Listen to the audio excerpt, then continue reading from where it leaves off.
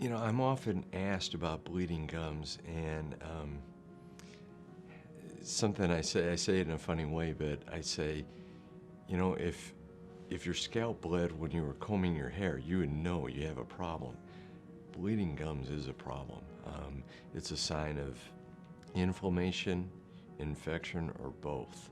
And bone loss is really sneaky and silent. There's no pain until there's mobility. So by the time the person really senses it, it's too late.